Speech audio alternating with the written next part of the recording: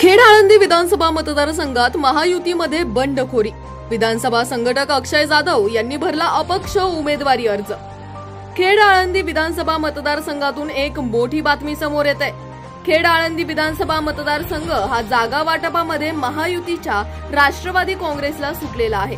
अशातच अजितदादा पवार यांच्या राष्ट्रवादी काँग्रेसकडून विद्यमान आमदार दिलीप अण्णा मोहिते पाटील यांच्या नावाची घोषणा झाली असताना महायुतीतच मिठाचा खडा पडलाय। एकनाथ शिंदे यांच्या शिवसेनेचे खेड आळंदी विधानसभा संघटक उद्योजक अक्षय जाधव यांनी आज आपला उमेदवारी अर्ज दाखल केलाय। हा उमेदवारी अर्ज दाखल करत असताना त्यांच्या समवेत पुणे जिल्हा प्रमुख भगवान पोखरकर हे देखील उपस्थित होते।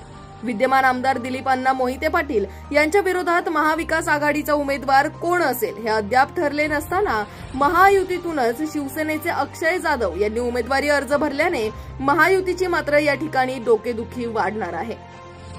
आता पाहणे हे महत्त्वाचे ठरणार आहे की अक्षय जाधव यांनी जो आपला अपक्ष उमेदवारी अर्ज दाखल केला आहे ते हे 4 नोव्हेंबर पर्यंत कायम ठेवतात की उमेदवारी अर्ज माघारीच्या शेवटच्या दिवशी अर्ज माघारी घेऊन महायुतीला पाठिंबा देतात। निश्चितच आम्ही आमच्या विठ्ठलाच्या आशीर्वादाने आज या ठिकाणी फॉर्म भरलेला आहे। उमेदवारी अर्ज विधानसभेचा दाखल केलेला आहे। अर्ज दाखल करा, अपक्ष अर्ज दाखल केला की शिवसेनेचा अर्ज दाखल केला कसा?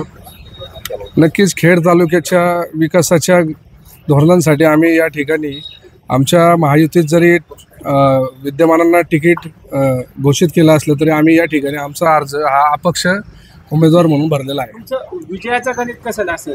शिवसेना तुमच्यासोबत असेल का? तुमच्यासोबत फॉर्म भरताना शिवसेनेचे जिल्हा अध्यक्ष दिसतात, तुमचं गणित कसं असेल?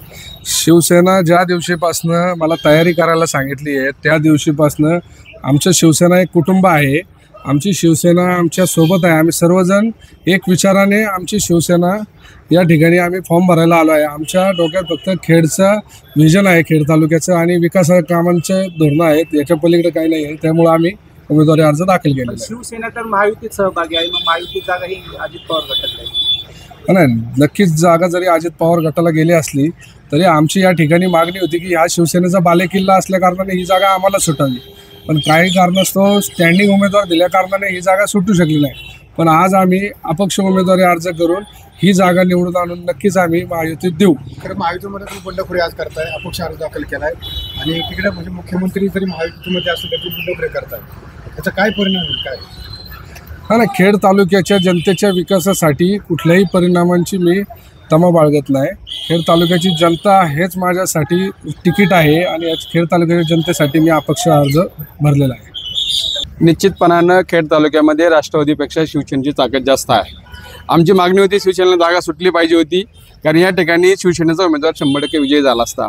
आता आम्हाला त्यावेळेस काही गोष्टी नाही जरी झाल्या तरी आमचा उमेदवार हा महायुतीचाच असणार आहे आणि महायुतीचाच निवडून आल्यानंतर हा महायुतीमध्ये जाणार आहे।